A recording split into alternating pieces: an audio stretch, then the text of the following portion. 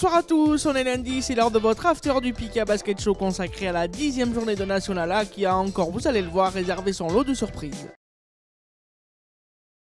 Le discours cher à Giroud du enjeu le maintien ne va plus tenir très longtemps du côté de Gennevilliers, car après s'être offert le scalp de Marseille, candidat au play-off ce samedi, le maintien semble bel et bien assuré. Dans ce match vivant et spectaculaire où Marseille avait pris le meilleur départ avant de voir les locaux refaire leur retard de 10 points et passer devant juste avant la pause, Karim Khelaifi côté francilien et Aaron Patterson côté phocéen ont largement alimenté leur stats au scoring, les deux équipes restant au contact jusqu'à la toute fin de match où le CVHG saura donner le dernier coup de rein victorieux. Et cette victoire va compter dans le tableau de marche alors que Marseille, maladroit sur la fin et friable en défense, peut nourrir des regrets. C'est en tout cas ce que reflètent les réactions d'après-match que l'on vous propose tout de suite. On revient en défendant mieux. Le coach a décidé de changer parce qu'il y avait Hamza au départ, en fait ça ne tournait pas beaucoup. Je suis rentré en fin de premier quart-temps.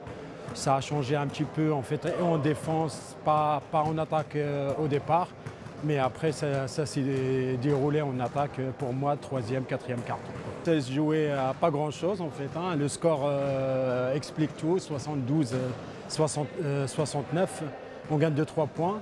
Une belle victoire contre une belle équipe de Marseille. Pour l'instant, on est à 5 victoires. On essaye de ne pas perdre en fait, les équipes à notre niveau, celles de milieu de tableau.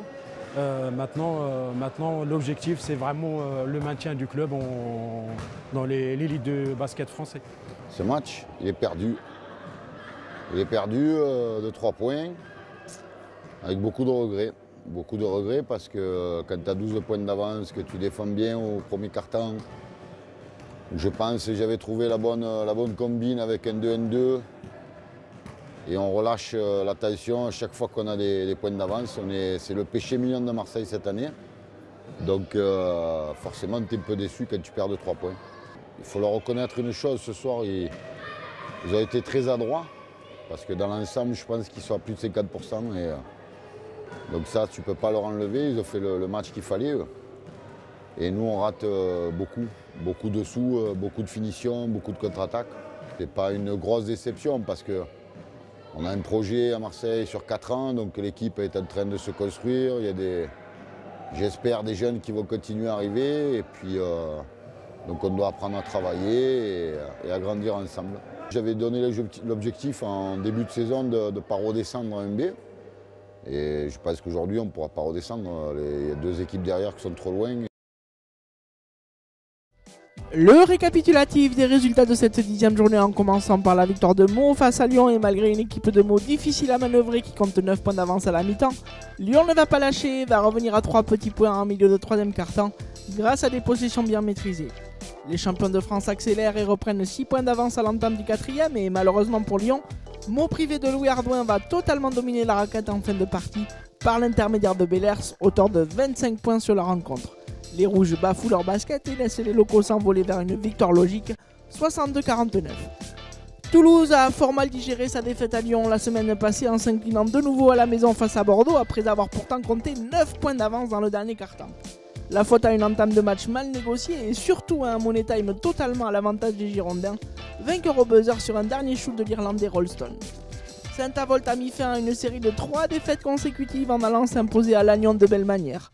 Porté par l'international Angélique Pichon qui termine meilleure marqueuse de son équipe avec 16 points, les Bretons avaient pourtant pris un meilleur départ au cours des 10 premières minutes avant de concéder les 3 quarts-temps suivants au Mosellan, emmené par un Momo Ligny en mode Coupe d'Afrique, auteur de 25 points dont 4 paniers à 3 points.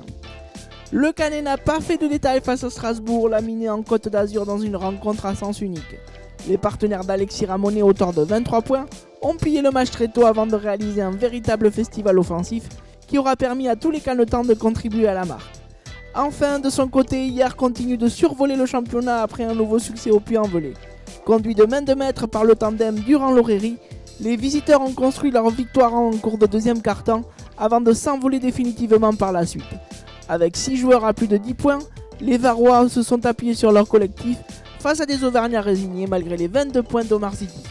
Au classement, si les positions de devant semblent figées tant le trio de tête enchaîne les victoires, la course à la 4ème place est plus que jamais indécise après le gros coup de la journée réalisé par Bordeaux à Toulouse et la défaite de Marseille à Gennevilliers qui relance tout. Ils sont maintenant 5 à prétendre encore à la qualification avec des confrontations directes à venir qui vont valoir très cher. En bas de classement donc, Bordeaux respire très fort car Lyon et Strasbourg sont désormais décrochés, sans doute irrémédiablement.